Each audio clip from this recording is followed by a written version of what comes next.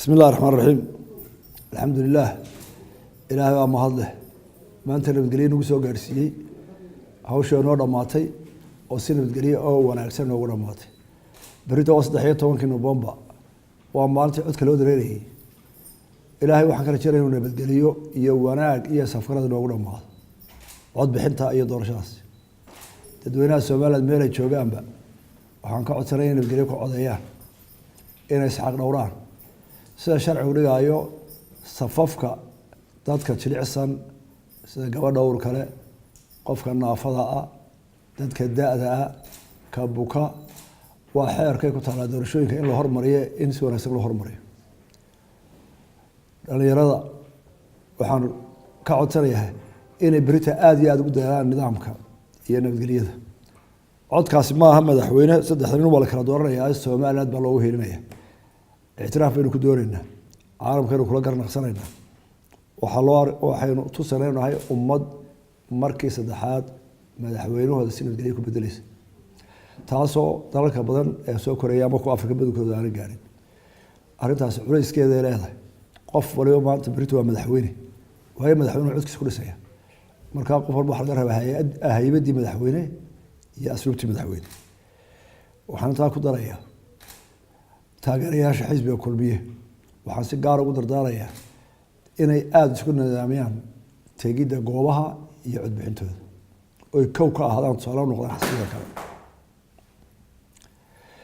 dhammaan ummadda Soomaaliyeed meel ay joogtaba waxaan ka codsanayaa inay xisbiga kulmiye siiyaan codkooda maanta waayo codbixintu maanta waxay inoo kala jeexaysaa horumar iyo dib u dhac kulmiye waa xisbiga wax qabashada la isku badidana hawlaha wixii qabiyo ana waa qabiyo tiraya barnaamijyo ku bilawana waa kay soo badhigay buugiis marka shacabweynaha Soomaaliland dhamaantood waxaan ka codsanayaa inay codka ugu badan siiyaan xisbiga kulmiye murashaxaan hadda codka siisaan waxa idin ballan qaadaya koow nabadgelyo laba nabadgelyo saddex nabadgelyo inuu qofka muwaadinka xoolihiisa iyo sharaftiisa iyo naftiisa ammaan u helo marka inta helo dadka dhamina wuxuu helayaa nabadgelyo marka nabadgelyo helana waxaynu helaynaa dhaqaale horumar iyo shaqo abuur iyo caafimaad iyo biyo iyo xanaaneyn xoolo waxaynu helaynaa kaliya markuu qofku ammaan ku helo halkii uu ka joogo Soomaaliland oo reerna u baahan kuna qaloonin xaqiisana aanu ku waayin كل بهالك تشوفه ما هالكورة شيء ولا تسمع كلام هذا كل بهالك تشوفه هم سووا جوجيرية عالم كبيش عالم أو إن بنتلا سومالنا دوا دل دقن دوا ديمقراطية بوضعن كم هاي نوح كلمة